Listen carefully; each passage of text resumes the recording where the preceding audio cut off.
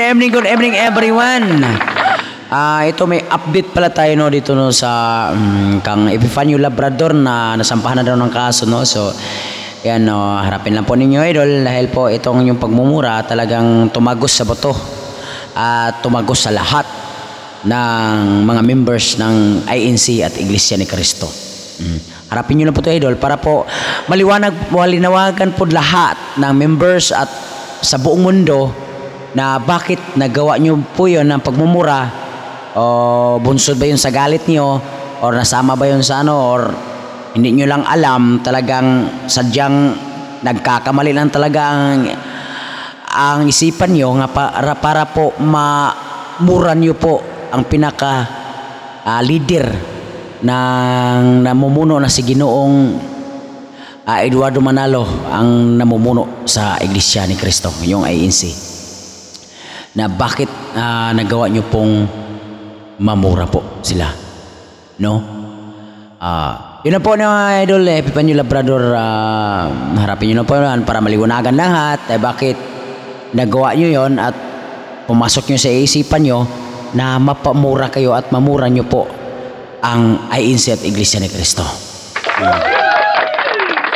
Ang sa akin lang dito no, bilang isang vlogger, gusto ko sana no himukin no lahat ng mga vlogger na ganun lang mo sana ating gagawin no, mag-neutral na sana tayo. O hindi tayo pumapanig sa kabila, hindi tayo pumapanig doon, hindi tayo panig dito. Sana po naging neutral lang po tayo para po hindi magkagulo.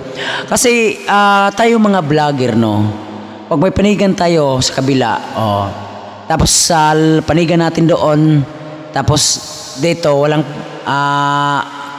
pumapanig or may pumapanig bata magkasalungat na magkaharap-harapan na at lalo nang gugulo at lalo nang hindi po magkasundo ang bawat politiko.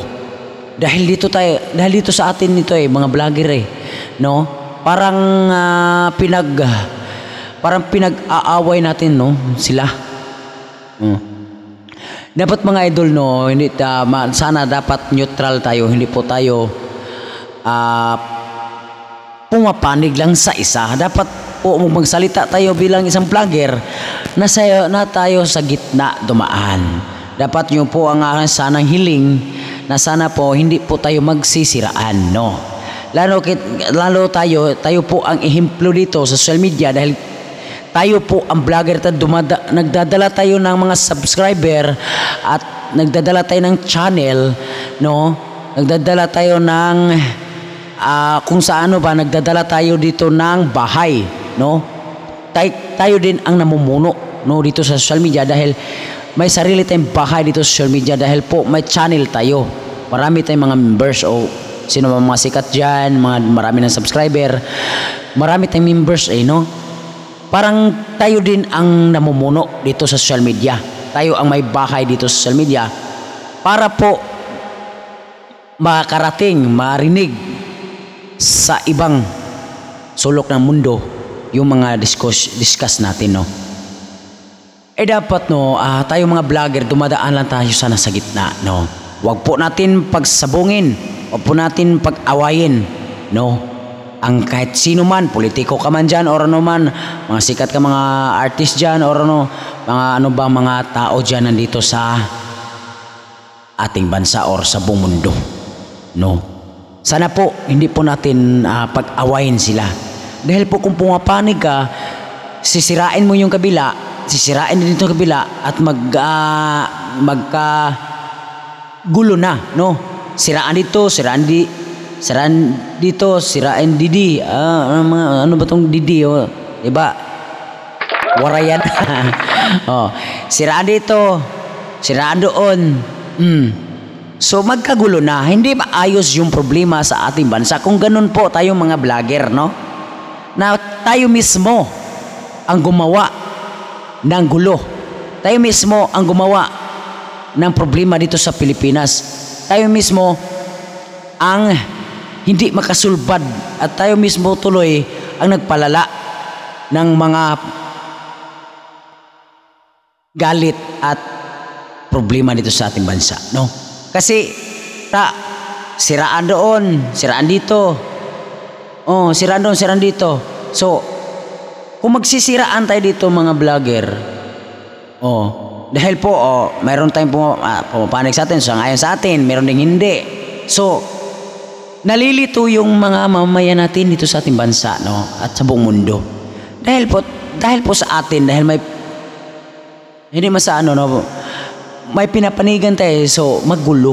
At parang tayo tuloy ang dahilan para mag-away-away sila at magkagulo sila.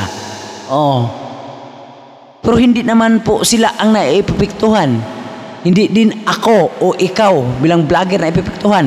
Kung hindi tayo lahat natatamaan pag sila ay magkakagulo. Dahil sila po ang namumuno.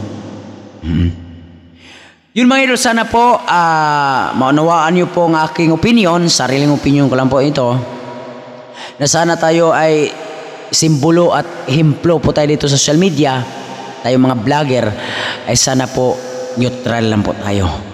Sana po hindi na po tayo magsisiraan o anong bang sisirain natin,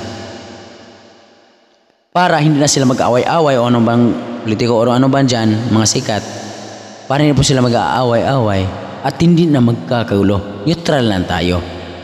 Sana po maunawan niyo mga idol, ako po ay isang maliit lang na vlogger. Sariling opinion ko lang, ma-share ko sa inyo, sapat na ako. Hindi ako nangingialam kung anong problema.